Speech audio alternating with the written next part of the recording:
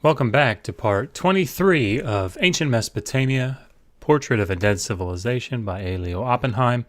We are summarizing his book, and today we're going to be looking at what I consider to be fascinating subject of scribal education. We're going to look at descriptions from literary texts, ancient exercise tablets, and then finally painting a big picture. We're not going to go into all the details that we could go into about scribal education, but I think this will give you a good idea of the basics and how scribes, particularly in the early second millennium, learned their craft. So, we have a number of literary compositions that describe aspects of scribal training to greater or lesser degrees. One important text is School Days. It was edited originally by Kramer. Some of the phrases that are found in the text, I think, are worth noting. They paint a fun, interesting picture of scribal education, probably, as we'll talk about in a moment, in the late third millennium. What did you do in school? And the student says, I read my tablet, ate my lunch, prepared my tablet, wrote it, finished it. The student goes home and says to his mother, wake me early in the morning. I must not be late, or my teacher will cane me. Of course, when he gets to school, these are the sorts of things that the teacher says, or the person that was in charge of him. Why, when I was not here, did you talk? Caned me. Why, when I was not here, did you go out? Caned me. Your hand, or your scribal hand, your handwriting, is not good. Caned me.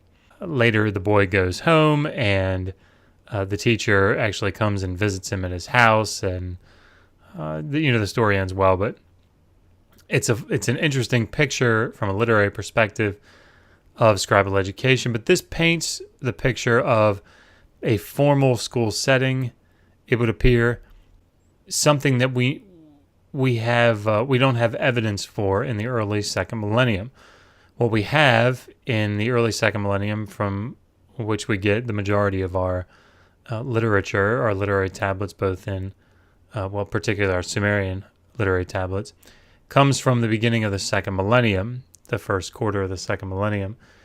And what we have there is evidence of private home scribal education. So House F at Nippur, or Utu's House up at Sippar, down in the city of Ur. But these are all residential places. These are not large scribal schools in the sense that we would think of, like a public school. And we won't go into any detail here, but just to say it has been theorized that these types of literary texts may describe scribal schooling in the earlier period, during the late third millennium, during the Ur-3 period, when the bureaucracy required scribes as mid-level bureaucrats, and it is entirely possible that these types of scribal schools did exist then. But this is where we originally got our information about scribal schooling, was from the literature. But in the last several decades, scholars have moved on to a more precise way of figuring out what scribal education was like and how scribes learned, by using archaeological methods. So we actually have many ancient exercise tablets. So during the early second millennium, archaeologists have discovered that there were exercise tablets that were used in many different Mesopotamian cities. I've mentioned 3 already: Sippar, Nippur, Ur, but many others. And of the tablets that were found that were exercise tablets, they've been classified into 4 different types. Type 1, 2, 3, and 4. We are very original in Assyriology. Type 1 tablets are large, often multi-column tablets, and these are, they will often contain entire compositions. Type 2 are 2-column tablets. On the left-hand side, you see the writing of an instructor, and on the right-hand side, you see the copy that the student makes of the instructor's writing. So the instructor writes out several lines of text on the left, and the student copies it on the right. Now, if you look at those tablets you'll see that the right-hand side is much thinner. The clay is much thinner because each time the student would copy, he would often erase by rubbing the clay out, which made the clay thinner on the right-hand side. So you can see them practicing the instructor's model. Type 3 are one-column tablets that contain maybe a quarter of a particular composition, a quarter of a composition that would be written ultimately on a Type 1 tablet, the large multi-column tablets. We'll talk about what they were used for in a moment. And then Type 4, these are what were called lentil-shaped, these sort of oblong, rounded tablets, which contained very basic elementary writing. And you can tell that the signs are crudely formed. Someone that's just learning how to write these signs, you have very basic writing on these Type 4 lentil-shaped tablets. Well, scholars, when archaeologists found these, Assyriologists looked at them and said, well, how do we, now that we've classified them, how do we make sense of how these things were used? And can we look at these tablets and, given the information that we see on them, given the compositions that we see being copied, can we put together a type of curriculum that was used, an order of compositions that were copied and memorized, to try to give an idea of what was the sequence of scribal education like? And this is what they have come up with. Stage 1. Type 4 lentil-shaped tablets were first used to copy out simple writing exercises.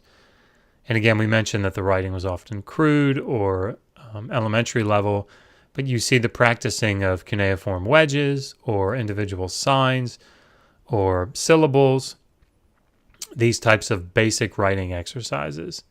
And so we can, it has been determined that these were, of course, written out first. This is stage 1. Stage 2 utilized the Type 2 tablets. If you remember, these are the ones that have the instructor's handwriting on the left, vertical line, and then the student's copy on the right. And so the instructor would write out in a nice script on the left-hand side, and the student would try to copy it on the right, and then he would erase it and try again.